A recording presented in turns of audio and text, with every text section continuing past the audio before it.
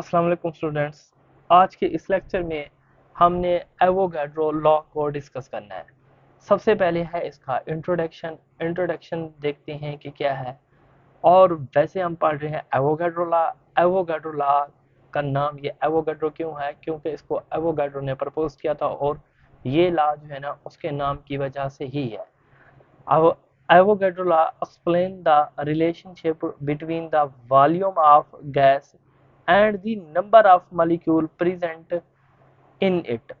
अब जो एवोगैड्रो है ना उसने वॉल्यूम ऑफ गैस और उसके बाद number of molecule present in के किसी भी वॉल्यूम के अंदर जो नंबर ऑफ मॉलिक्यूल हैं गैस के वो कितने पाए जाते हैं और कितने वॉल्यूम के अंदर पाए जाते हैं, उसने ये रिलेशन डिस्कस किया है।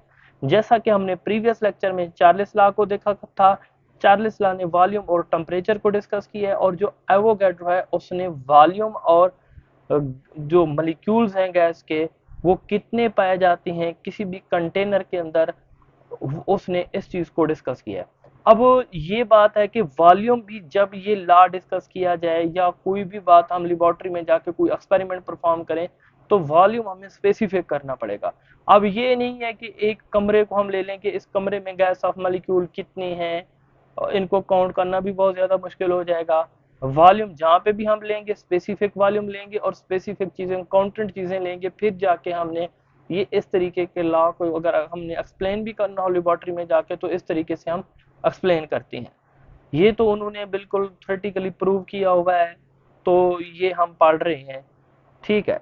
उसके बाद हम देखते हैं कि according to the kinetic theory के मुताबिक when the number of gas molecule increase, the number of collision also increase. Therefore, the gas occupies the more space and the volume increase at the constant temperature and the pressure।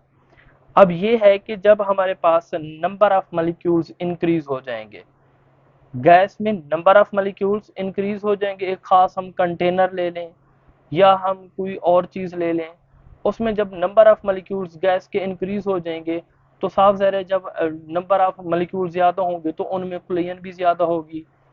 अब एक कमरे में जो है ना मैं कहता हूँ कि 10 स्टूडेंट है और मैं उनकी कुलियन शो करवाता हूँ कि वो आपस में टकराएं, तो उनमें इतनी ज्यादा कुलियन नहीं होगी। अगर उसकी निस्बत के मैं उस कमरे में 100 स्टूडेंट ले आऊँ और 10 जो है ना जो मैं 100 स्टूडेंट लेके आऊँ मैं कहूँ कि वो आपस में कोलाइड करें तो उनकी कुलियन तो बहुत ज्यादा होगी और उनका प्रेशर भी क्या होगा, बहुत ज्यादा होगा। अब जो हमारे पास एवोगैड्रो है उसने वॉल्यूम और मॉलिक्यूल कितने पाए जाते हैं एक कंटेनर के अंदर, उसने इस रिलेशन को डिस्कस किया है। उसने ये कहा है कि जब नंबर ऑफ मॉलिक्यूल्स हमारे पास ज्यादा होंगे तो उनकी कुलयन ज्यादा होगी, कुलयन उनकी इंक्रीज हो जाएगी। जब उनमें कुलयन इंक्रीज हो जाएगी तो इसीलिए जो है ना वो स्पेस भी ज्यादा ऑक्यूपाई करेंगे, स्पेस ज्यादा घेरेंगे और उसके साथ उसका वॉल्यूम क्या हो जाएगा, इंक्रीज हो जाएगा। बशर्ते ये है कि हमने कांस्टेंट रखना है। यहाँ पे हमने दो चीजें कांस्टेंट रखनी है, वो क्या है हमारे पास, टेम्परेचर और प्रेशर। जब हम टेम्परेचर और प्रेशर को कांस्टेंट रखेंगे और हम नंबर ऑफ मॉलिक्यूल्स इंक्रीज करेंगे तो वॉल्यूम भी उसके साथ क्या हो जाएगा, इंक्रीज हो जाएगा, क्योंकि मॉलिक्यूल्स की कोलिजन ज्यादा हो जाएगी, वो ज्यादा जगह घेरेंगे। उसके बाद जो है ना इसकी हम डेफिनेशन देखते हैं कि equal volume of different gases contain the equal number of the molecule at the constant temperature and the pressure।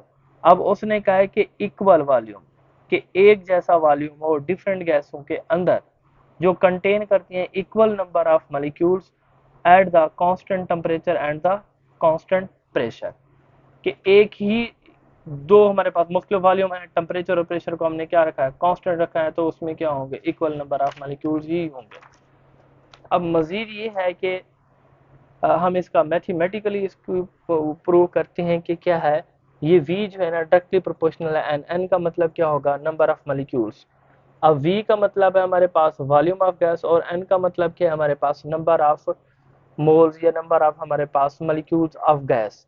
जब क्या होगा कि हमारे पास नंबर ऑफ गैस इंक्रीज होंगे, इसके मॉलिक्यूल्स इंक्रीज होंगे तो वॉल्यूम क्या हो जाएगा, इंक्रीज हो जाएगा। इन दोनों का जो है ना डायरेक्ट रिलेशन है, इनवर्स रिलेशन नहीं है, डायरेक्ट रिलेशन है। यानी एक चीज़ के इंक्रीज करने से दूसरी चीज़ भी साथ साथ उसके क्या हो जाएगी, इंक्रीज हो जाएगी।